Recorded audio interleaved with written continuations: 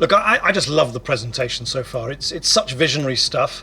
But as you mentioned early on, with all big technological advances, there are inevitably going to be all sorts of challenges and uncertainties. And I know you've talked about this a bit already, but people want to know how we're going to do all this in a responsible way, and especially that we play our part in helping to keep people safe and protect their privacy online. Yeah, that's right. This is incredibly important. The way I look at it is that in the past, the speed that new technologies emerged sometimes left policymakers and regulators playing catch up.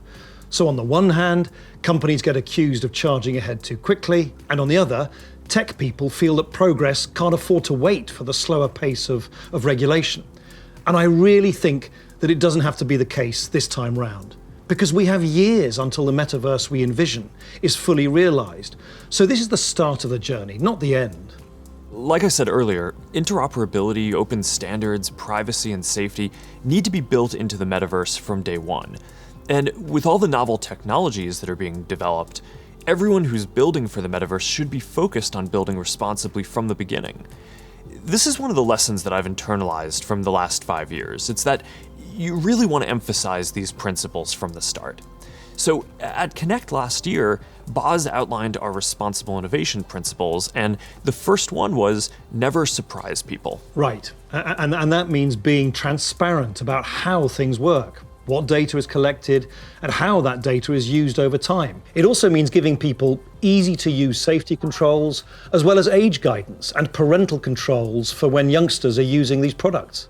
And we're spending a lot of time talking with experts and getting perspectives from outside the company on what we're building, even before we build it. And this is about designing for safety and privacy and inclusion before the products even exist. And one example is what we're doing with Project Aria, our research device that helps inform the AR glasses that we're building. We're also funding external research on this.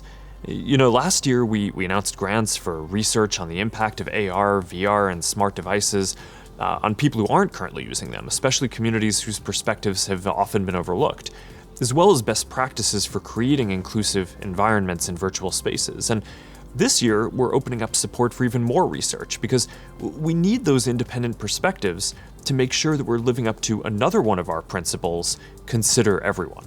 And that point is so important because this is a collaborative exercise.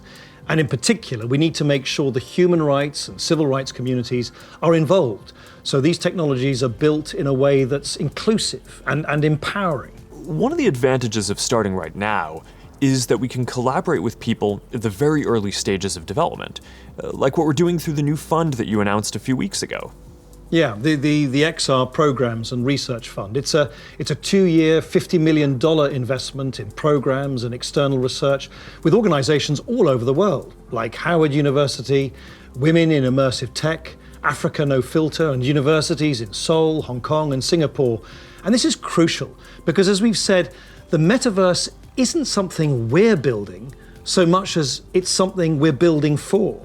Across the industry, we need to bring that same imagination and commitment to building for interoperability, openness, safety, and privacy as we do for all the other product aspects of the metaverse.